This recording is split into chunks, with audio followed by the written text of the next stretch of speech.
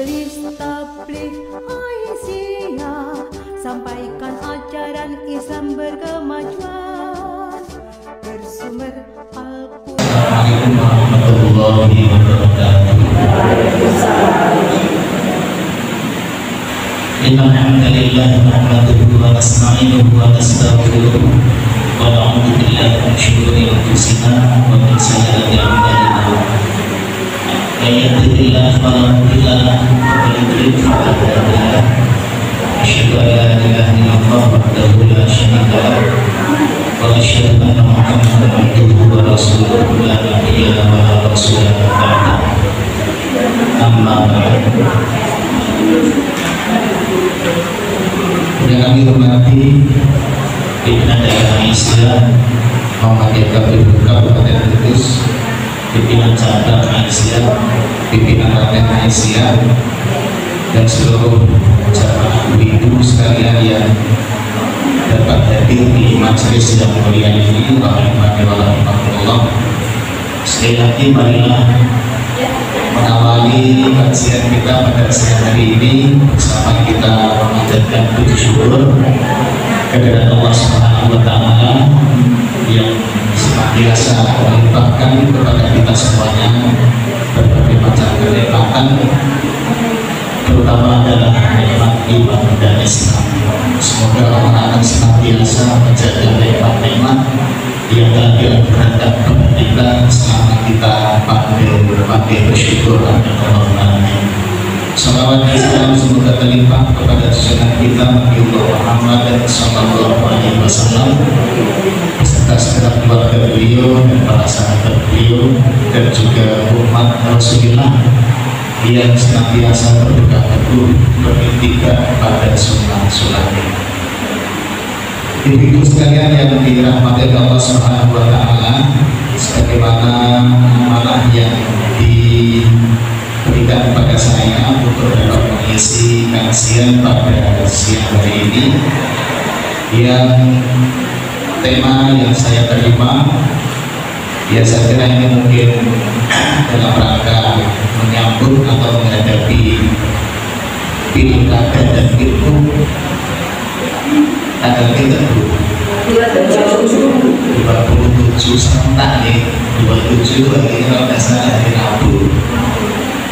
Nah itu barangkali perlu pedoman, perlu panduan, atau perlu kita menengok kembali ya naskah-naskah yang ada di dalam Al-Quran, dalam hadis Nabi, bahkan dalam perspektif kita. Karena kajiannya itu bukan putusan tajim, ya saya kira kita melihat juga dokumen-dokumen terkait dengan pola pemilihan atau pola ya bukan pola ya karakteristik atau sifat-sifat pemimpin yang perlu nanti menjadi pilihan kita. Jadi memang di Muhammadiyah ini sepengetahuan saya tidak atau bukan menunjuk nama atau bukan menunjuk sosok, tetapi karakter-karakter yang seharusnya kita pilih dari calon pemimpin itu, yang seharusnya itulah menjadi pertimbangan kita nanti ketika kita memilih atau masuk pilih pencoblosan. Ya tampaknya memang warga Muhammadiyah berperan aktif, tidak ada yang golput, karena itu akan menyangkut nasib masa depan 5 tahun yang akan datang, khususnya adalah di kota kita tercinta, kota Kudus, dan lebih luas lagi adalah di Jawa Tengah. Ya semoga setelah tanggal 27 itu terpilih pemimpin yang ideal lah bagi kita, ideal bagi kemajuan wilayah yang saat ini kita berada di dalamnya. Saya kira mungkin itu yang menjadi landasan kenapa siang ini diangkat sedikit tentang tata cara atau karakter pemimpin yang nanti akan kita pilih. Saya berusaha mencari di dokumen-dokumen Muhammadiyah, memang ditemukan petunjuk-petunjuk yang secara umum. Sebelumnya kita lihat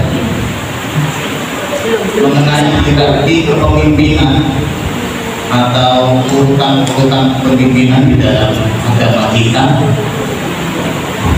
Kalau kita merujuk yang pertama kali dalam surat Al-Maidah ayat 55, di situ disebutkan a'udzubillahi minasyaitonir rajim, innama waliyukumullahu wa rasuluhu walladzina amanu alladzina yuqimuna sholata wa yu'tuna zakata wa hum raki'un. Di sini kita diberitahu oleh Al-Quran bahwa wali kita, wali itu apa? Wali itu maknanya banyak, bisa pemimpin, bisa kasih, bisa pelindung. Ya, intinya adalah wali itu yang mengurusi urusan kita, itu namanya wali. Dalam konteks surat Al-Maidah ayat 55 ini, pemimpin kita, pelindung kita, yang kita jadikan sebagai top daripada figur atau sosok, itu yang pertama adalah Allah Subhanahu wa Ta'ala. Ini pelindung utama. Kemudian yang kedua adalah Rasul kita, Rasul. Jadi Allah di nomor satu, yang kedua adalah Rasul. Kemudian yang ketiga adalah walladzina amanu, orang yang beriman. Kalau Allah itu jelas yang menguasai alam semesta ini, mesti yang memimpin kita. Dalam prakteknya nanti, dalam teknisnya itu didelegasikan kepada Rasulullah SAW dalam mengatur kehidupan kita. Nanti merujuknya adalah kepada Nabi kita Muhammad Sallallahu Alaihi Wasallam. Kalau kita taat kepada Rasul, sama dengan taat kepada man ata'ani faqad ata'allah. Siapa yang taat kepada Nabi, itu artinya taat kepada Allah. Wa man asani faqad asallah. Dan siapa yang bermaksiat, durhaka, menentang kepadaku, yaitu sama saja dengan menentang Allah Subhanahu wa Ta'ala. Nah, setelah Rasulullah SAW itu tidak ada, kan tidak bisa diwariskan, karena Nabi ini ya sifatnya kan bukan jabatan yang bisa diturun-temurunkan. Maka di sini walladzina amanu, nanti wali kita kalau sudah tidak ada Nabi dalam mengatur kita ini, kita kembalikan kepada orang-orang yang beriman. Nah, jadi begitu, sangat jelas sekali, sehingga tidak ada sistem di dalam agama kita itu kemudian turun-temurun secara istilahnya ya, dinasti atau apa. Kalau seperti di Syiah itu begitu ya.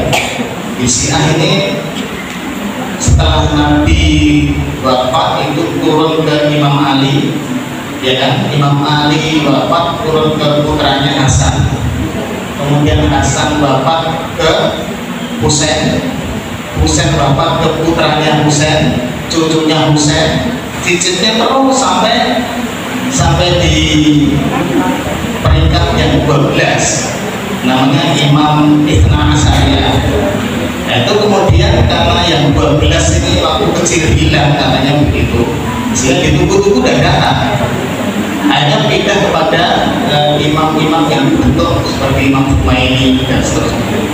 Tapi dalam Ahlussunnah dan begitu. Maka coba kita lihat, nah, cara pemilihan yang kita kenal itu, kalau kita lihat dalam surat Asy-Syura ayat 38, a'udzubillahi minasyaitonir rajim, wa amruhum syura bainahum, dan dalam urusan mereka kaum muslimin itu syura, ada musyawarahnya. Jadi ketika pemilihan itu prinsipnya harus ada musyawarah. Kemudian kalau dalam surat Ali Imran 159 itu perintahnya adalah wasyawirhum fil amr, dan bermusyawarahlah kalian kepada mereka kaum muslimin fil amr, dalam urusan mereka.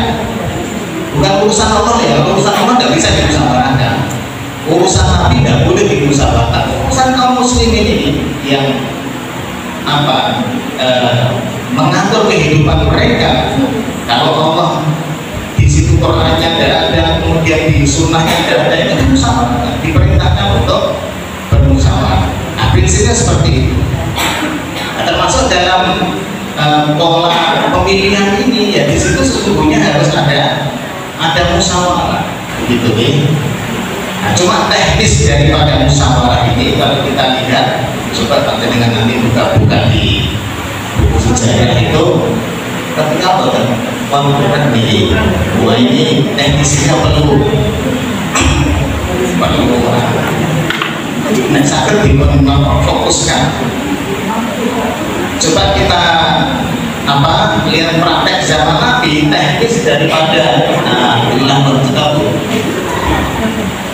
beragam sekali. Jadi kesimpulannya itu sangat fleksibel. Kadang-kadang Nabi itu hanya bermusyawarah dengan beberapa para sahabat, kadang-kadang dengan sahabat Umar, kadang Utsman, Abu Bakar, kadang-kadang dengan kelompok kaum muslimin, mungkin kelompok kaum muhajirin, rapat musyawarah dengan mereka, atau kelompok kaum ansor, atau juga kadang-kadang juga dengan kepala suku. Nah, sehingga teknis daripada musyawarah ini tidak diatur secara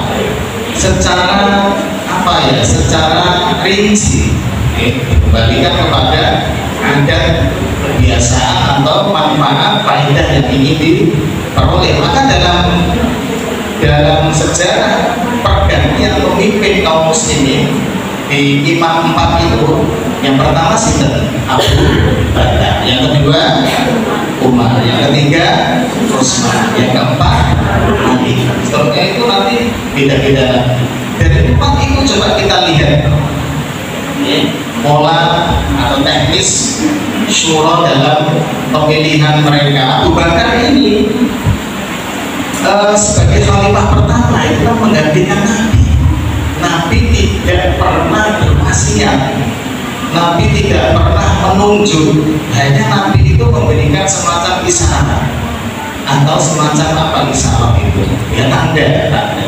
Ketika Nabi sakit parah itu yang jadi imam Abu Bakar, buatan muncul Imam Ali, Imam sahabat Utsman, tapi yang ditunjuk itu adalah Abu Bakar. Ya, baiknya ini satu indikasi atau tanda sebagai isyarat yang mungkin ini tanda-tanda sepeninggal Nabi pemimpinnya itu adalah sahabat Abu Bakar.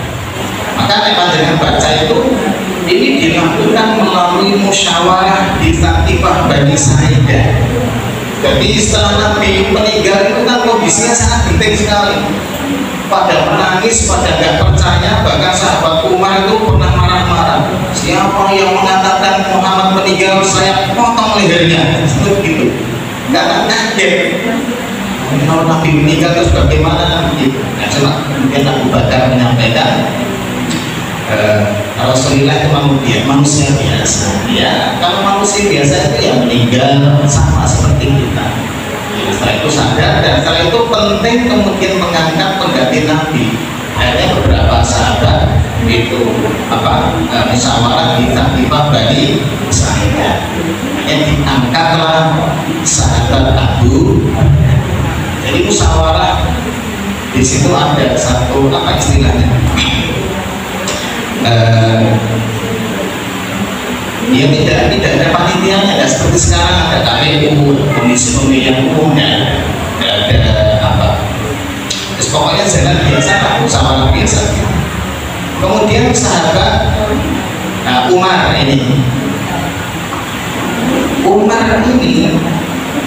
terpilih dengan penunjukan. Jadi sahabat Abu Bakar ketika sakit keras sakit keras. Abu Bakar ini kan meninggal sebelumnya itu ditusuk dilukai oleh namanya Abu Lu'lu'ah. Ini Abu Lu'lu'ah ini budak yang dendam dengan Abu Bakar, kemudian dilukai, dan setelah dilukai itu Abu Bakar sakit keras lama. Hari kemudian merasa ini sudah harus ada penggantinya, maka beliau semacam membuat surat wasiat menunjuk kepada Umar. Jadi sifatnya itu menunjukkan. Nah, tadi kan musyawarah dari Sakifah, ya ini Umar ini dilantik berdasarkan pakai putra mahkota. Jadi sangat beda dengan Abu Bakar, karena ditunjuk langsung oleh Abu Bakar gitu. Kemudian yang Utsman, ya, Umar bin Khattab ini juga akhirnya diganti, ya. Utsman ini dipilih berdasarkan melalui majelis syuro yang dibentuk oleh Umar bin Khattab. Jadi Umar bin Khattab membentuk satu tim, ya kalau nggak salah itu jumlahnya tim ada 6 orang, kayak perwakilan itu ya, perwakilan rakyat itu untuk tim 6 orang. Tapi dari 6 orang ini 4 mundur, 3 yaitu Abu Bakar sama Imam Ali sama Utsman. Akhirnya disepakati karena jasa-jasa dari sahabat Utsman ini luar biasa, kemudian beliau diangkat. Nah, jadi pakai tim yang dibentuk oleh sahabat Umar. Nah, ini beda lagi, ya. Jadi 4 ini beda-beda.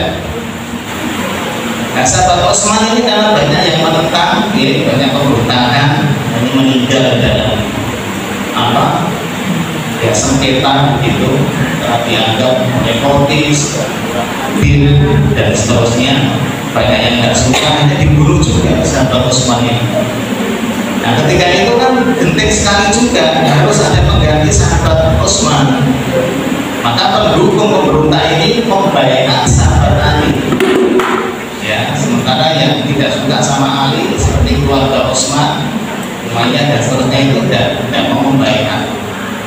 Tapi prinsipnya ini juga melalui syuro, musyawarah, bahwa mereka sepakat karena keutamaan sahabat Ali itu kemudian diangkat secara langsung. Jadi istilahnya by insiden, ada insiden di situ sehingga perlu segera ada pengganti. Intinya begini. Jadi kalau kita lihat tadi kan ayatnya, mana tadi ayatnya? Nah ini ya. Jadi Allah Rasul mungkin dan aman, orang-orang yang beriman. Jadi jatuhnya ke tangan orang-orang yang beriman. Orang-orang yang beriman itu banyak, yaitu masyarakat kaum muslimin. Coba kita lihat kemudian adalah kriteria pemimpin. Nah ini penting, karena kalau tadi kita lihat di dasarnya, kemudian teknis pemilihannya seperti itu beda-beda, intinya tidak ada kemudian suronya seperti apa dalam pengertian diatur secara contoh yang kemudian dibakukan, tidak ada, karena dari 4 itu beda-beda. Maka di sini kita masuk saja ke kriteria pemimpin supaya nanti panjenengan melihat dari calon. Nah, kita ini kan ada 2 calon ya, satu sambel kan ada santri sambel dan santri. Ya kan juga singkatannya apa? Ani Delinda Putri. Bukan singkat juga ya, SDA apa itu? yang biasa dikenalkan sambel sama santri. Wah, ada 2. Coba kita lihat di sini kriteria berdasarkan surat Al-Maidah ayat 51. Kalau Al-Maidah ayat 51 ini dulu populer di masa pilkada DKI. Oke, ini betul-betul panas suasananya, dan kaum muslimin akhirnya belajar surat Al-Maidah kan kaos-kaos banyak disampul namanya dari 21, yaitu barokahnya mungkin ada konflik seperti itu. Kemudian kita kaum muslimin coba melihat ada apa namanya dari masa ini. Saya bacakan A'udzubillahi minasyaitonirrajim. Ya ayyuhalladzina amanu la tattakhidul yahuda wan nasara awliya'a ba'duhum awliya'u ba'din wa may yatawallahum minkum fa innahu minhum innallaha yahdil qaumadh dhalimin. Orang-orang yang beriman, janganlah kalian menjadikan orang-orang Yahudi, orang Nasrani aulia seperti wali-wali, pemimpin-pemimpin, kekasih-kekasih, pelindung-pelindung. Pelindung nggak boleh, kekasih nggak boleh, apalagi pemimpin gitu loh. Pemimpin ini kan merampung dari sifat-sifat tadi itu, melindungi, mengasihi, apalagi gitu bapak-bapak ya semua yang sifatnya itu mengayomi, itu wali. Jangan kamu mengambil wali, pelindung, pengayom, pemimpin orang Yahudi dan Nasrani, sebagian dari mereka itu melindungi yang lain. Jadi orang Yahudi melindungi Yahudi, orang Nasrani melindungi Nasrani, dan seterusnya. Saya kira kalau kita di konteks sekarang tidak ada ya. Kalau dulu kan panasnya ini di pilkada DKI ada Ahok sama sinten ibu. Dulu itu Ahok sama Pak Anies. Ahok ini orang Nasrani, Pak Anies Muslim. Maka ini dulu digencarkan wajib kaum muslimin itu milihnya Muslim. Jangan Yahudi, jangan Nasrani. Nah kalau kamu bujuk, gak kelucu, besok gak kelucu. Pokoknya agamanya yang lenek dan lain-lain. Nah, ini nanti pada bersani di sini. An-Nisa 144. Ya ayyuhalladzina amanu la tattakhidul kafirina awliya'a min dunil mu'minin. Orang-orang yang beriman, janganlah kalian menjadikan orang-orang kafir. Orang kafir ini siapa? Nanti kita merujuk ke surat Al-Baqarah. Innal ladzina kafaru min ahlil kitabi wal musyrikin. Orang-orang kafir itu min ahlil kitab. Ahlil kitab itu saja Yahudi, Nasrani. Wal musyrikin, orang-orang musyrik. Tokohipun nek boten nyembah Allah yang satu itu namanya musyrik. Jadi jangan diambil sebagai pemimpin. Carilah pemimpin muslim yang taat. Dengan persaninya mbak lah. Empat ini muslim yang taat yang mana? Sama-sama ibadah maka dilihat dari sisi yang lain kan ngoten. Tapi kalau yang satu ini dalam pengertian apa? Yang satu non muslim, yang satu muslim, ya itu sudah jelas. Tapi kalau sama-sama di situ kaum muslimin, ya, nah itu nanti dilihat dari kualitas mereka masing-masing. Saya kira ini kita sudah pinter dan sudah pandai dalam hal mengamati orang kan, apalagi kalau melihat track record orang, atau dalam bahasa sekarang itu jejak digital orang. Sejarah mereka seperti apa ini sudah bisa kita baca, sudah bisa kita buka di lembar-lembar informasi. Nah, jadi begitu. Kemudian yang kedua, yang kedua ini di samping dia muslim memiliki akhlak yang mulia. Kalau dalam Munas Takjid tahun 2003 di Padang, di situ juga ditemukan kriteria yang bisa diangkat jadi pemimpin itu ada 7. Ada integritas, ada kapabilitas, ada populis, ada visioner, ada berjiwa negarawan, ada mampu menjalin hubungan internasional, ada berjiwa reformis.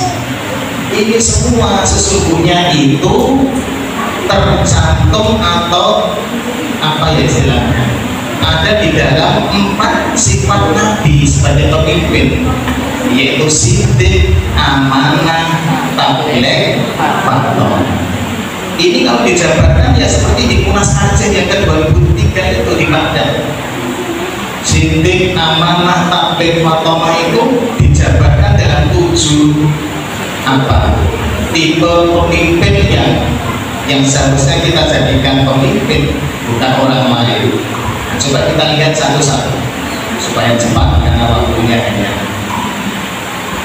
1 jam kurang. Yang pertama sidik. Sidik. Sidik itu artinya jujur. Kalau di Munas Aceh yang tahun 2003 itu disebut sebagai integritas. Integritas itu ya jujur, bisa dipercaya. Satu kata, satu perbuatan. Apa yang dikatakan itulah yang diperbuat. Jadi pemimpin yang bicaranya itu konsisten. Jadi panjenengan melihat dari 4 atau 2 calon ini, termasuk yang pilihan gubernur itu kita lihat dari sisi konsistensi berkomunikasi, berbicara, sehingga tidak hanya kemudian mencari memperlihatkan pencitraan saja. Kalau pencitraan itu ya mungkin ya namanya pencitraan kan memperlihatkan yang baik-baik saja. Dia sesungguhnya tidak suka makan sambal. Ini saya contoh saja tapi di forum-forum itu memperlihatkan diri suka ini dengan rakyat makan sego kucing, di situ sambalnya ada, padahal dia tidak suka makan sambal gitu. Ini namanya pencitraan. Dia sesungguhnya nggak suka itu masuk gorong-gorong, ya kan ada juga itu yang tiba-tiba suka masuk gorong-gorong, kita di situ ada wartawan gitu. Ya. Dia nggak suka makan nasi akeh, tapi karena kepengen dilihat merakyat, pencitraan, dia jadi makan enak sekali makan akeh gitu, padahal nggak senang gitu loh. Ya inilah yang disebut tadi. Ya, sidik itu sesungguhnya memang apa adanya. Dia tidak memakai bajunya orang lain. Dia tiba-tiba dipirangkan di sholat yang bagus terus disoting sholatnya. Bahkan memberanikan jadi imam walaupun keliru. Pernah itu memberanikan jadi imam bacaannya keliru atau salah, atau cara takbirnya, cara sujudnya, kan ada permasalahan misalnya begitu. Tapi karena kepengen dapat dukungan, dicitrakan dirinya itu ahli sholat, ahli sedekah, dan lain-lain sebagainya. Sehingga sidik ini, ya katakanlah ketika saya tulis sidqul hal, jadi benar aslinya sidqul hal, memang begitulah adanya. Nah ini saya kira bisa kita melacak ya bagaimana aslinya calon nomor 1, bagaimana aslinya calon nomor 2. Ini saya kira di Muhammadiyah kan diberi kebebasan, tidak pernah merekomendasikan harus 1, termasuk Aisyah. Saya kira saya kan begitu, tidak pernah harus 2. Silahkan warga Muhammadiyah ini dan Aisyah ini, karena sudah diberi ragu-ragu seperti ini, ya kembali kepada keyakinannya masing-masing. Nanti akan memilih siapa karena berdasarkan dari bukan karena serangan ajaran gitu, bukan karena serangan pajar, bukan karena serangan ya itulah soal uang itu, tapi betul-betul kita punya satu independensi, satu yang bisa dipertanggungjawabkan begitu. Kemudian yang kedua, nah ini amanah. Kalau di Munas Aceh yang 2003 itu disebut sebagai kredibel. Kredibel itu apa ya? Ya yang bisa diberi tugas itu kredibilitas atau apa? Kemampuan, al-makana. Dia punya kemampuan, bisa dianggap dipercaya, bisa menjalankan tugas, maka disebut sebagai kredibel, amanah. Dan amanah ini kan sangat terkait dengan kata dasar iman, aman, sama itu. Jadi orang yang amanah itu memang dasarnya punya iman yang kuat. Imannya kuat, amanahnya semakin besar. Imannya lemah, amanahnya semakin tipis. Aman juga, ini juga satu kata dengan iman, dengan apa, amanah. Kuat itu kalau diberikan pada pemimpin yang amanah akan aman. Kita menitipkan kepada orang lain yang kita percaya, kemudian titipan itu kembali seperti semula, ini amanah, aman.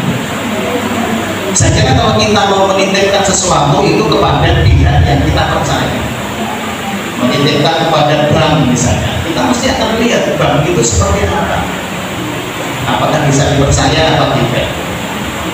Nabi itu waktu muda disebut sebagai al-amin, orang yang bisa dipercaya. Di antaranya itu karena beliau suka menerima titipan barang. Kalau mau pergi jauh ke Madinah misalnya gitu, dulu kan waktu di Mekah, masih di Mekah, itu suka sekali Nabi dititipi. Nah, kemudian setelah kembali, titipannya diambil itu masih sama seperti yang dititipkan, tidak kurang. Kalau dulu bagus ya bagus, kalau dulu memang ada cacatnya kembali ya seperti itu. Makanya mereka suka sekali nitip kepada Muhammad yang saat itu masih muda. Sehingga kalau kita menitipkan kepada pemimpin yang amanah, insya Allah kita akan senang. Amanah titipan itu akan dikelola, dirawat dengan baik, sebagaimana inginnya kita seperti apa, itu amanah. Jadi kredibel. Tidak ada iman orang yang tidak punya amanah. La iman, la amanah tahu, tidak punya iman itu maksudnya imannya kurang sempurna bagi mereka yang tidak punya amanah. Waladina liman la ahdalah, tidak ada agama itu sempurna bagi orang yang tidak menepati janji. La ahdalah. Saya tulis di sini nasihat ilmuwan politik, jangan nilai dari kata-katanya, janji-janjinya, karena pasti yang namanya janji itu luar biasa. Tidak ada janji kok tidak menarik. Ya. Makanya di Muhammadiyah ini kalau mau dijadikan pemimpin itu rata-rata mau berjanji dan inginnya bukan dia yang jadi pemimpin, tetapi ketika mau maju sebagai pemimpin, apalagi pemimpin politik, itu mesti bagaimana merayu konstituennya itu dengan bahasa-bahasa yang merayu. Namanya merayu mesti menarik keinginan.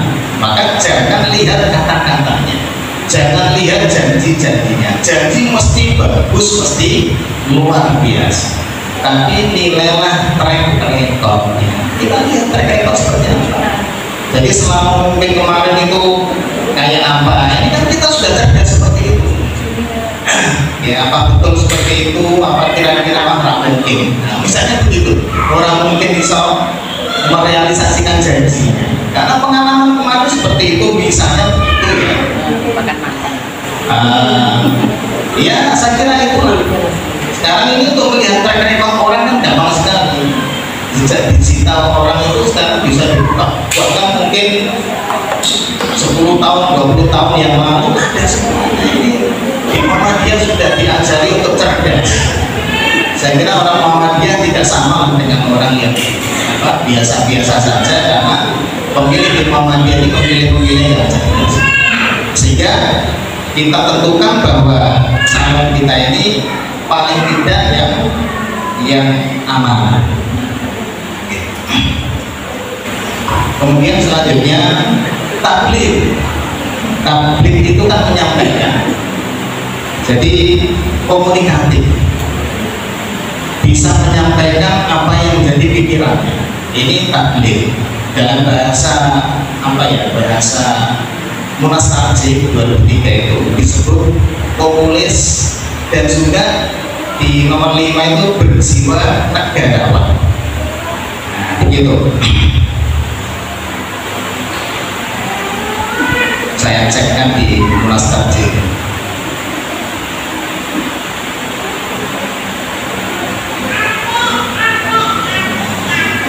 Ya.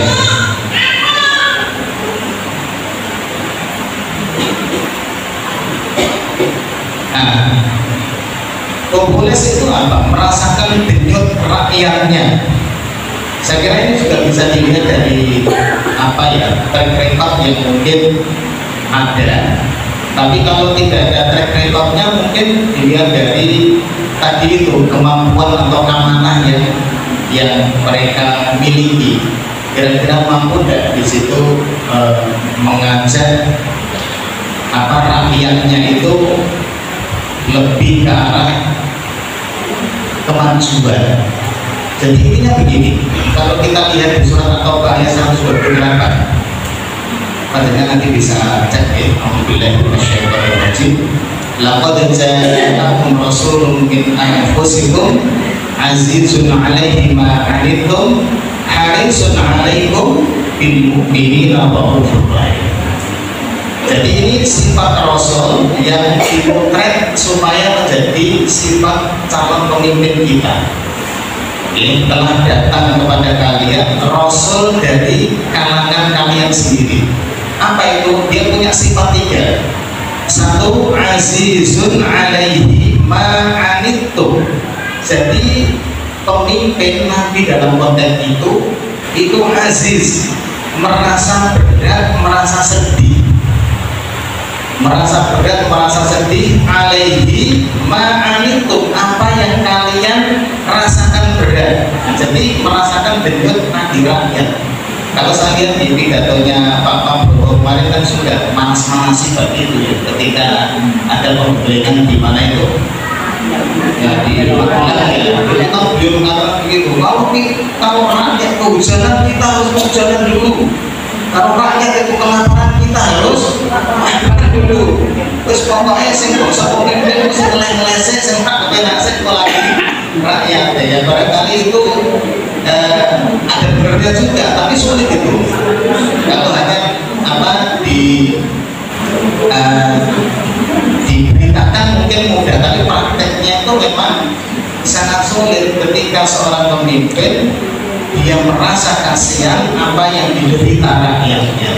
Jadi dari munculnya rasa kasihan itu, kenapa rakyat saya masih miskin, masih banyak yang belum punya rumah, masih banyak yang apa misalnya gaji buruknya masih begitu, kemudian ada usaha-usaha menaikkan apa itu kesejahteraan buruh misalnya. Ya ini kan bagian dari promosi yang nanti akan kita lihat, betulkah apa yang akan dijanjikan itu nanti akan direalisasikan.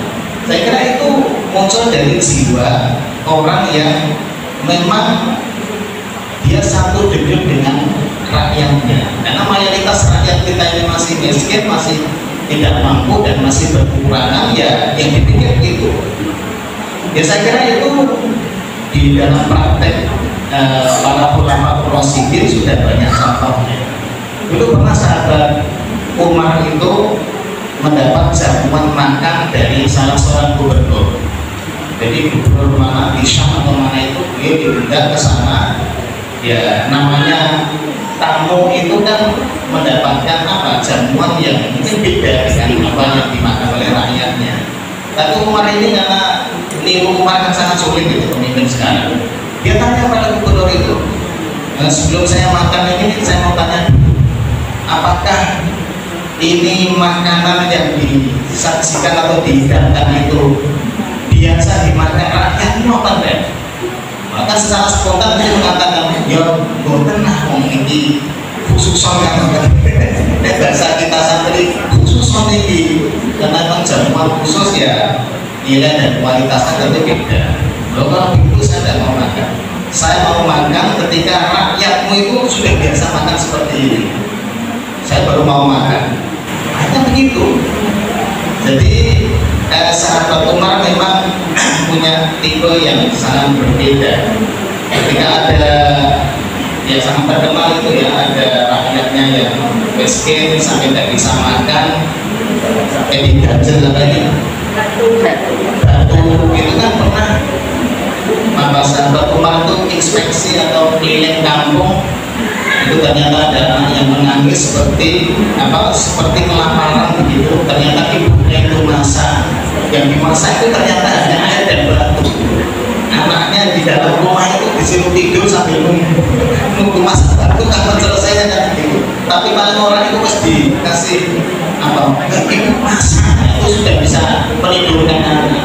Betul sahabat Umar sampai ke situ kemudian melihat ternyata ceritanya begitu, hanya pulang itu pergi ke gudang gandum itu sama asistennya itu manggul gantung. Sempat ditawari, ya Khalifah biar saya panggul, beliau bentak itu malah, apakah kamu sanggup memanggul dosaku besok dari kiamat? Betul dipanggul sendiri sampai ke rumah dan dikasihkan pada tetapi ibu dari anak kecil yang kelaparan ternyata yang dimasak itu benar.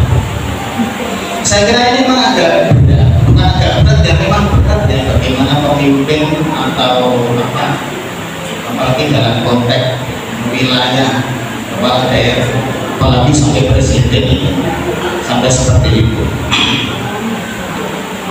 Yang kedua, harisun alaikum, itu sangat kepengen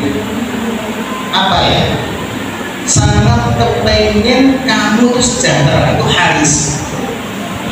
Sangat kepengen kalian itu baik-baik saja. Katanya Indonesia ini sedang tidak baik-baik saja, katanya begitu. Itu kepengen sekali karena dasarnya tadi ingin merasakan denyut di masyarakat. Dia kemudian haris, sangat kepengen.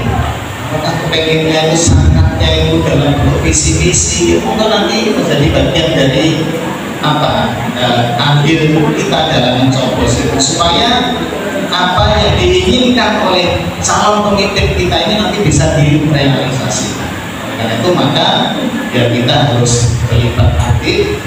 Tidak saatnya lagi lah kita ini gontok-gontokan masalah hukum, birokrasi dan seterusnya. Jadi ada bukan konteks yang sekarang kita itu ingin supaya kebijakan yang diberlakukan kepada kita itu enak gitu loh.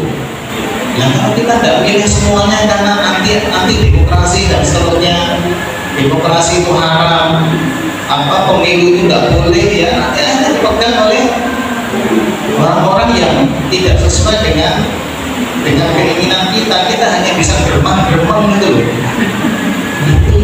Masih ingin rakyat bersama sama lalu diri aku pilih kok sekali kan begitu.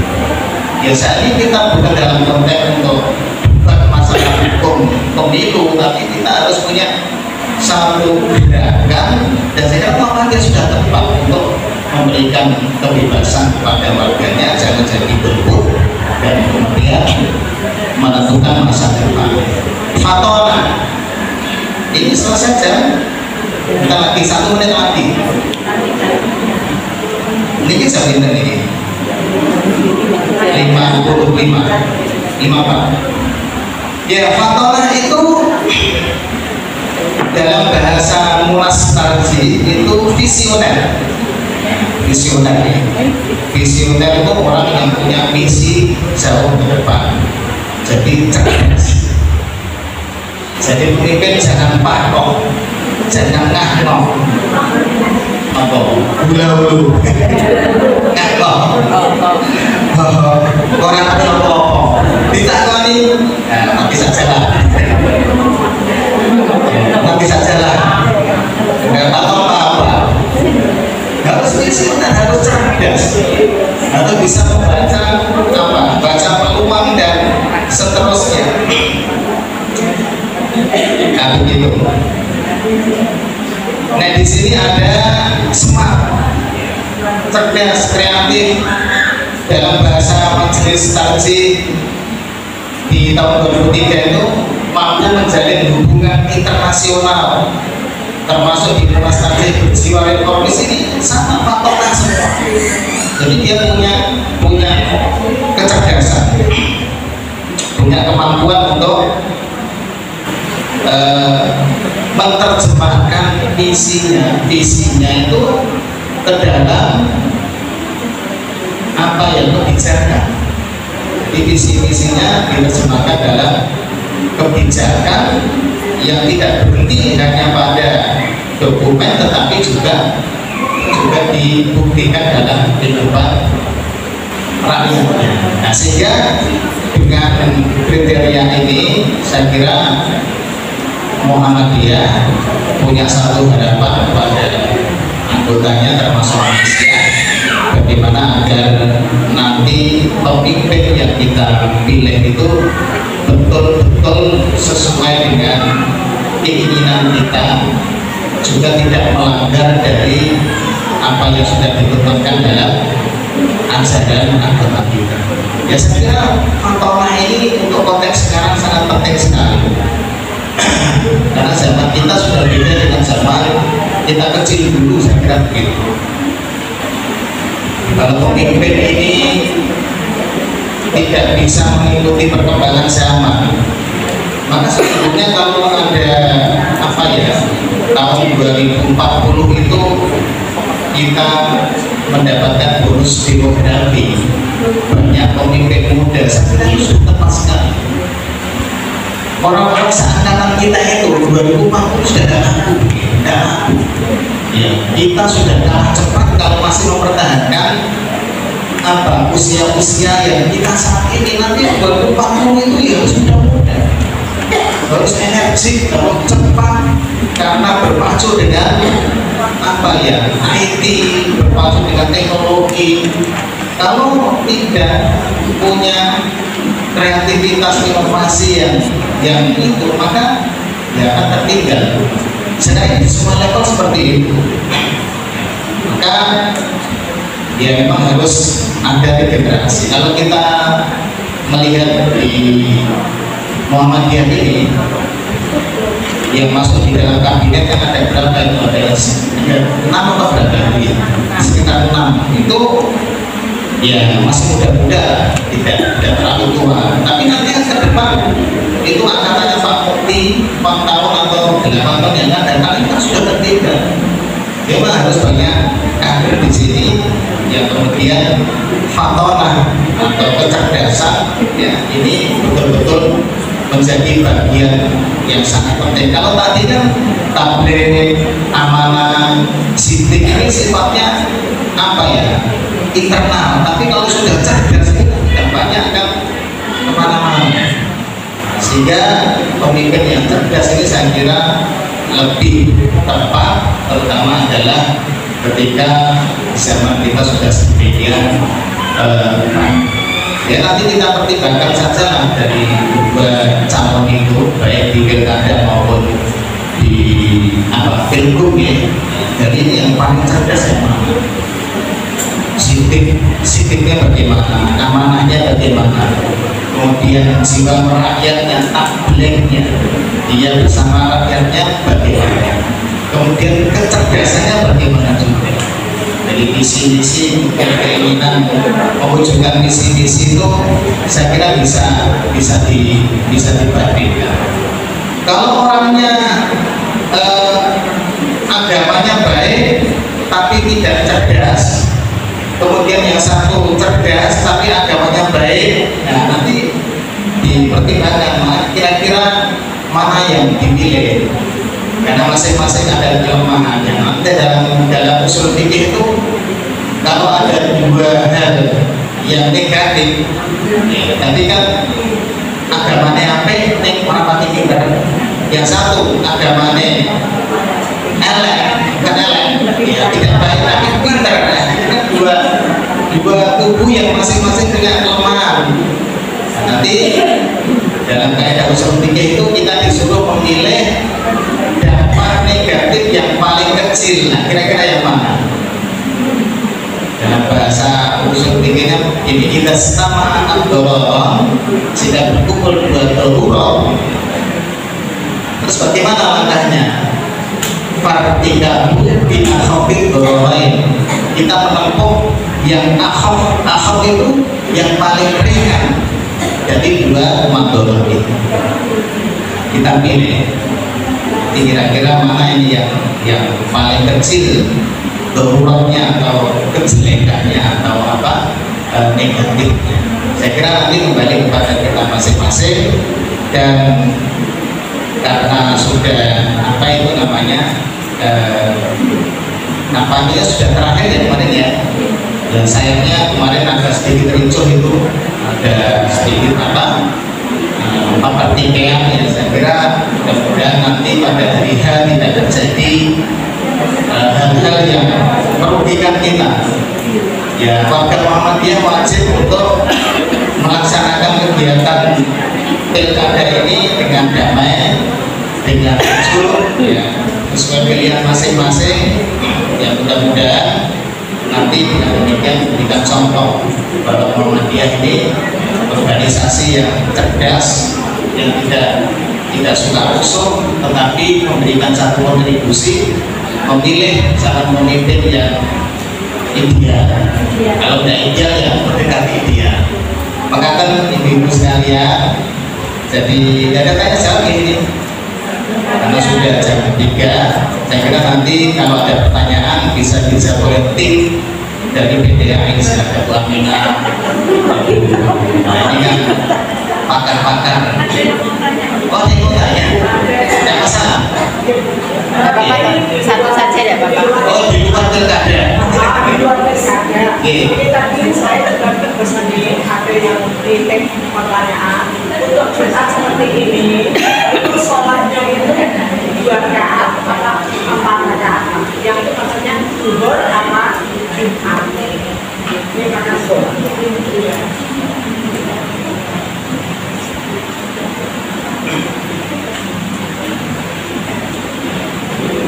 Dan pertanyaannya bagi yang tidak sunatan di masjid, apakah sholatnya itu 2 rakaat sunatan di rumah atau 4 rakaat duhur di rumah? Kira-kira begitu. Yaitu sudah banyak dijawab di fatwa majelis kaji. Saya merekomendasikan panjenengan tugas buku fatwa majelis kaji tanya jawab agama jilid 1 sampai 8. Sekarang sudah muncul jilid 9, tapi jilid 9 itu katanya persoalan di tahun 2014. Jadi 2009 ini menjawab persoalan 10 tahun yang lalu. Berarti 2009 terakhir itu terus update masalah-masalah yang muncul berkali-kali pertanyaan ini kok. Saya menjawab dalam konteks pendapat atau jawaban dari fatwa majelis kaji. Kalau jawaban individu mungkin bisa beda, tapi menurut majelis kaji, kalau wanita termasuk anak-anak, termasuk orang sakit, termasuk budak, cuma ada budak di sini, ya, tidak ada budak. Itu karena mendapat rukhsah tidak melakukan jumatan pakai hadis Thariq bin Syihab. Walaupun hadis Thariq bin Syihab ini debatable, artinya ada yang melemahkan, ada yang memakai, tapi menurut Muhammadiyah baik pihak PT maupun fatwa kaji itu memakai Thariq bin Syihab, dan karena tidak melakukan jumatan, kecuali kalau melakukan jumatan tidak lagi, dan karena tidak jumatan maka kembali sholatnya duhur 4 rakaat. Adapun yang berpendapat 2 rakaat karena gedeng dino Jumat orang duhur. Dalil ya ayyuhalladzina amanu idza nudiya lis-sholati bi yaumil jumu'ah. Apabila kalian ini dipanggil laki-laki dan perempuan dalam beriman itu ya kayak orang puasa. Sing wajib puasa ya lanang itu. ya lagi aman. Dipanggil di hari Jumat ya Jumatan, walaupun Jumatan juga ada rumah barokah sholat Jumat, maksudnya begitu. Tapi ini tidak menjadi pendapat majelis taklim. Karena ini konteksnya fatwa majelis taklim, saya jawab fatwa majelis taklim. Menurut majelis taklim, sholatnya kembali ke asal. Kembali ke asal. Yang Jumatan ini bukan asal, asalnya itu duhur. Maka kembali ke asal, sholat 4 rakaat duhur. Nawaitunya duhur, bukan nawaitu Jumat. Tanpa menafikan pendapat yang sholat 2 rakaat. Jadi namanya oke seperti ini. Jadi majelis taklim berpendapat harus konten malih. Oh boleh, kok dengan terus? Karena enggak. Oh, Gini, seperti yang sudah dalam pemilu, kalau kita kemarin dari Pak mau itu kanan. Sekarang ternyata rakyat kita bukan masih seperti itu. Kalau nggak ada uangnya, Mane no apa? No mane no coblos. Dan kalau kita Aisyah atau Muhammadiyah mungkin kalau misalnya itu tetap saya tidak makan begitu. Nah sekarang kalau yang terjadi di masyarakat yang semacam itu kan kalau kita kan dia persepsi itu begitu ya. Nah sekarang yang semacam itu bagaimana? Karena ternyata tanpa ada ketika pun juga tidak mau ikut misalnya salah satu. Iya. Pak ini agak dilematis ya. Kalau saya kira di pengarang dari BPN Muhammadiyah sudah ada memang apa seperti itu tidak boleh. Ya barangkali kalau di Muhammadiyah ini sudah dewasa, kita menolak itu sudah biasa. Sehingga orang mau ngasih amplop saya dalam konteks disuruh pilih itu tidak pernah, karena sudah tahu saya tidak mau. Iya, saya tidak pernah menerima itu. Kalau mungkin jadi mati rumah saya. Dan gitu. Ya cuma bagaimana dengan menerima seperti itu? Ini memang sangat dilematis. Terutama adalah bagaimana hukumnya ngasih itu. Saya mendengar ada fatwa juga yang lain itu dari yang disampaikan oleh Muhammadiyah, memang kalau bisa jangan seperti itu. Karena sebagian berkata begini, untuk menjadikan orang baik itu terpilih, itu kan seperti apa ya? Seperti harus bagaimana harus ditempuh gitu. Kalau orang baik tidak dipaksa jadi, maka orang jelek yang jadi. Begitu. Bisa apakah berusaha atau siapa itu? Tidak begitu ikat saya. Ya teman-teman, mau ngapain kok orang iso apa? Dan ini cuma pakai itu ya. Bagaimana kalau orang baik itu terjadi ya? Saya tidak tahu bagaimana itu apa. Ya memang Muhammadiyah saya kira pikirnya lebih jauh dari manfaat dan mudaratnya. Karena kalau jual beli suara seperti itu mungkin dampaknya betul-betul tidak sehat. Karena orang yang jelek punya uang banyak pasti jadi. Sementara orang baik tidak punya uang dia tidak bakal jadi karena tidak pernah bisa memberikan apa yang menjadi kebiasaan di situ. Jadi kalau Muhammadiyah itu memang nanti di situ tidak boleh. Nanti pada dengan coba browsing bagaimana dengan apa pendapat Muhammadiyah seperti itu. Cuma di lapangan memang berbeda. Seperti misalnya calon-calon dari kita, calon-calon dari kader Muhammadiyah itu mau tidak mau sepertinya itu terpaksa juga melakukan seperti itu. Saya menyelami seperti itu, tidak seperti itu ya barangkali bosannya nolak lirik belas gitu loh. Jangankan memberi beda angka saja itu pengaruh. Sing kono 100 abang sing kene biru ini saya kode-kode memberi itu. Ya, apa mereka hijau kan ada tanda lalu kode-kode memberi itu. ini bagaimana solusinya. Karena ini difatwakan berkali-kali juga tidak mempan karena masyarakatnya memang sudah seperti itu. Ya mudah-mudahan ke depan ada fatwa yang tegas dan di lapangan juga harapan itu bisa terwujud. Maka bukan terus mungkin tidak tegas harapan saya karena prakteknya bahkan seperti itu. Ya kalau idealnya di di fatwa atau aturan-aturan di Muhammadiyah tidak terima seperti itu dan tidak mengedarkan dari pembelian suara. Mengatakan ya kita kembalikan juga akhirnya kepada masing-masing punya prinsip. Ya mudah-mudahan kita punya prinsip yang baik. Maka ya sampul 15.07 ya mudah-mudahan kajian ini lebih memberikan semangat pada kita semuanya, terutama saya untuk kembali melihat calon pemimpin yang bagaimana yang seharusnya nanti saya pilih di 27 November. Karena akhirnya saya mohon maaf bila ada kekurangan. Wassalamualaikum warahmatullahi wabarakatuh.